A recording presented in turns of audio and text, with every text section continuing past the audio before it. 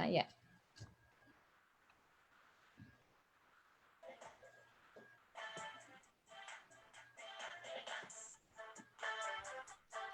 No, not yet.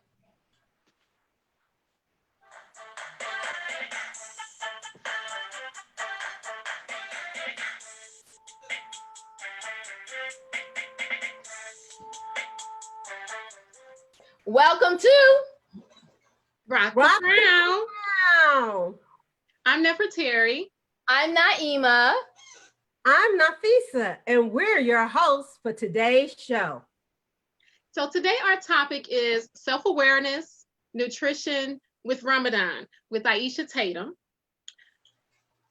Assalamu alaikum, Aisha, and thank you so much for joining us. Wa alaikum assalam. Thank you guys for having me. I am so excited to have this conversation today. That is awesome. We're glad to have you with us. And I just want to say Ramadan Mubarak to all of our Muslim listeners who are out there. We've just started into this new month. And so we're really excited to hearing some of those tips that you have for us today with getting through. Today, we'll be talking about self-awareness, nutrition during this month, faith in God, faith in ourselves, and just the proper precautions with helping our bodies. So we're looking forward to that with you.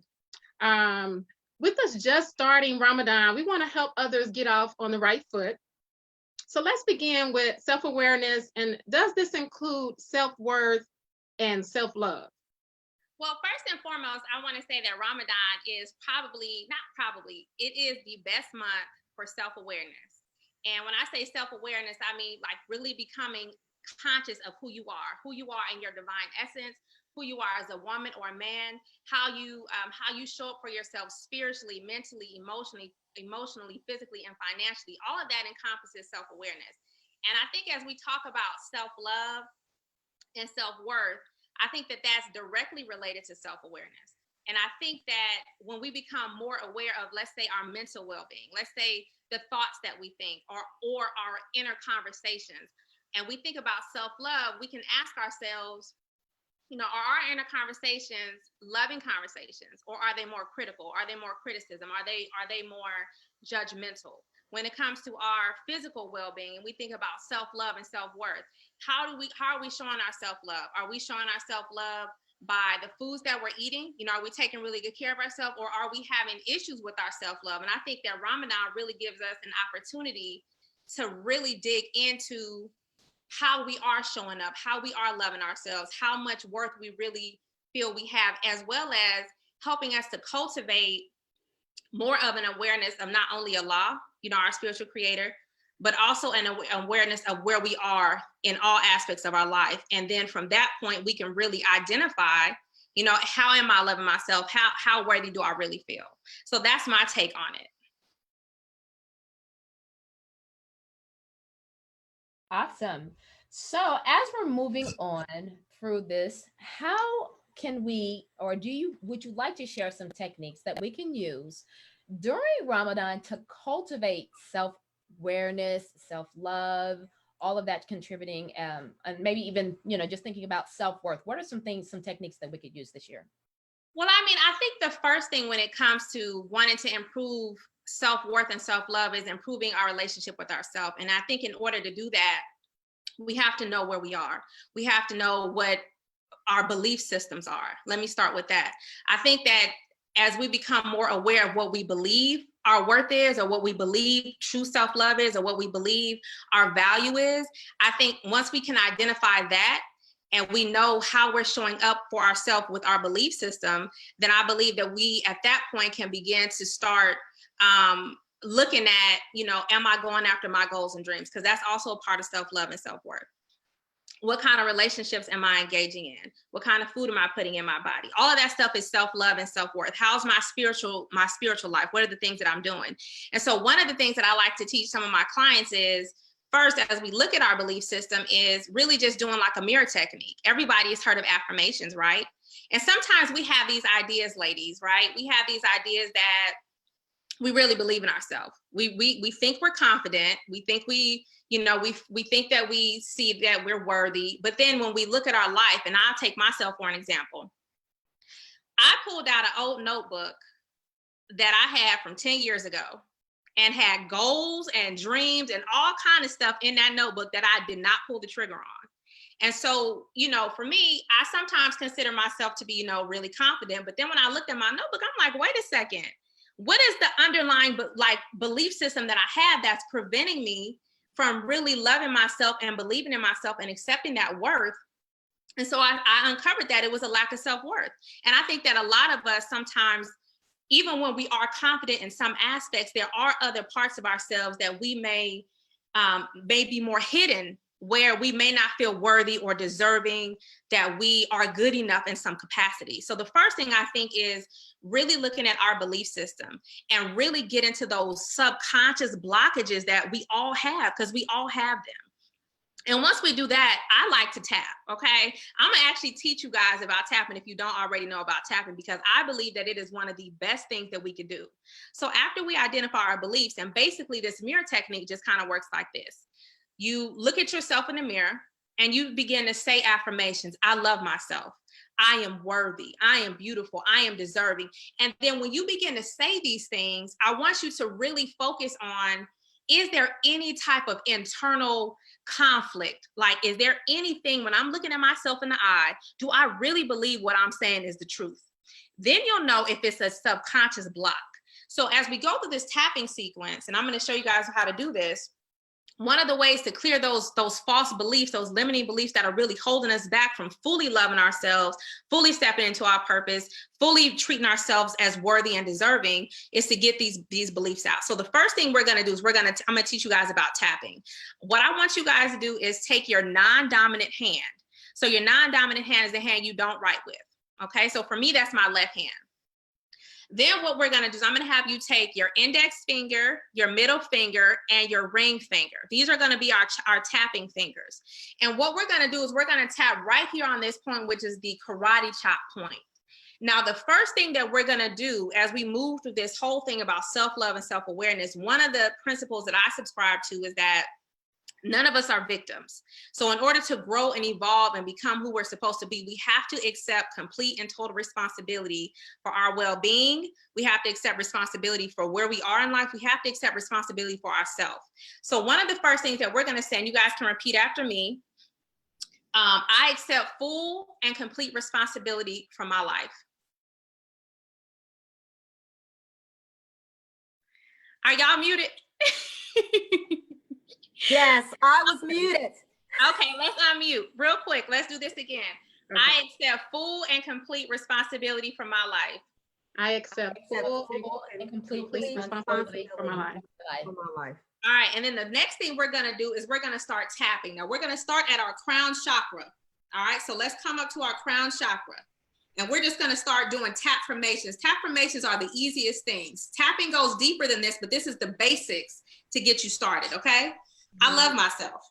I love myself. I love myself. I love myself. I love myself. I love myself. Now we're gonna come to the third eye, right here, this brow chakra. I believe in myself. I believe in myself. I believe in myself. I believe in myself. I believe in myself. I believe in myself. Let's come to the outer eyebrow. I am worthy. I am worthy. I am worthy. I am worthy. I am worthy. I am worthy. I am deserving. I am deserving. I am deserving. I am deserving. I am deserving. I am deserving. I am good enough. I am good enough. I am good enough. I am good enough. I am good enough. I am good enough. I believe in me. I believe in me. I believe in me. I believe in me. I believe in me. I believe in me. I honor myself. I honor myself. I honor myself. I honor myself. I honor myself. I honor myself. God loves me. God loves me. God loves me. God loves me. God loves me. God believes in me. God believes in me. God believes in me. God believes in me. And so I believe in myself. So I believe in myself. And just that one thing, just starting to tap through. Let me tell you, this process is so powerful because what EFT really is it's called emotional freedom therapy. And what it does is it helps to reprogram the subconscious mind. But not only that, it helps to release stored emotional blockages that are associated with that belief. And so what we're doing is we're tapping on specific meridians, which are energy pathways in our body that flow through various organs. We want to release that energy. It's similar to acupuncture. You guys see the needles that people get acupuncture.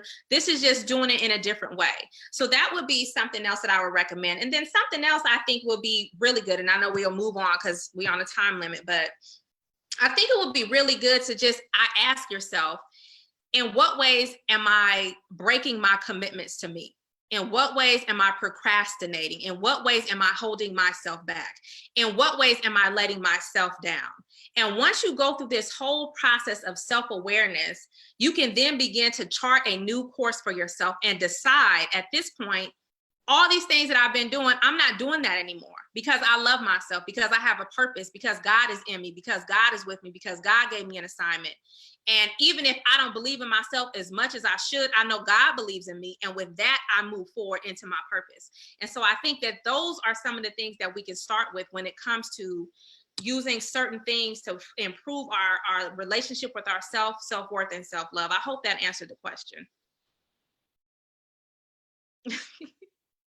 Yes, thank you so much for all of that. Feeding the soul, releasing all the energy. That was fantastic. I'm glad you enjoyed it. We'll have to do it again. And it was so unexpected. You know, I'm just thinking we're just going to be exchanging verbally and the auditory and the visual, but that was good on releasing all the energy and tapping into that spiritual aspect of ourselves. That was great. And along with that, I know we definitely want to make sure that this vessel that we all carry the soul and the spirit in, we want to make sure that that's operating at the ultimate level as well. And you have a detox checklist. Can you tell us a little bit more about that detox checklist and what's that all about? Yeah, so let's just start off talking about this in a way that I hope that everybody can receive this. A lot of people love chicken, right? They love meat, they love lamb, they love all of that stuff. But what I think a lot of people don't understand is that we are vibrational beings, right? Everything has its vibration. Animals have a vibration. And the biggest thing when we're talking about detoxing and we're looking at it from a mental, spiritual, emotional, even financial, even a relationship with ourselves, we look at the food we put in our body. If this food is not halal and is not been taken care of or processed in a way that's halal, you should not eat it because those animals endure so much emotional trauma and pain. And so what we're doing is we're consuming the fear, we're consuming the grief, we're consuming the brutality, the scaredness. And then we wonder why we're afraid to go forward into our destiny. And we wonder why we have anxiety and depression. Well, it's related to the food. So if we talk about, detoxing, what we first want to do is really just take a look at our current lifestyle. What are the foods we're putting in our body? Are we noticing that we're emotionally eating? Are we noticing we're craving sugary foods? Are we noticing that we want fried foods? And then just doing an assessment. And then from that point, focusing on high vibrational foods that can give you life, foods that grow off the ground. God's garden, what he put on earth for us to eat. Fruits, vegetables, lentils, beans, wholesome foods, juices, get in there, make some smoothies, grapefruit blends, and a lot of times, another thing I want to mention is I know during Ramadan, some people struggle with constipation because of what we're eating or lack thereof, so in the morning, just doing you a grapefruit blend. Cut the grapefruit up, take the seeds out, get 20 ounces of alkaline water, blend it up, add you some sea moss. That'll be a lot of vitamins and nutrients there, and it'll help suppress the appetite and work on some weight loss because some people want to lose weight, but also it's easier on our gut. So I think the biggest thing when we talk about, detoxing is just really doing an assessment of where you are and then getting rid of all the stuff that is not living, as much as you can. Like everything should be in moderation, but as much as you can get rid of it. And you'll notice that your whole being will begin to change. Like you'll feel better, your mood will be enhanced, you'll start glowing, all of that stuff, because all of it is all holistic. What we eat, what we think, what we put in our body, all of it's related. I hope that answered the question. Yeah, so Aisha, I know you spoke about mood already. So mood and immunity as far as how it can affect your nutrition. So you talked about that you gave an example of the drink that you can make. It makes, can you maybe expound on a little bit more with nutrition and how it can affect that? Definitely. So let's remember this is all holistic, right? So when we think about the food we put in our body, so let's talk about our gut for one. So our gut starts at our mouth and goes all the way down to our anus.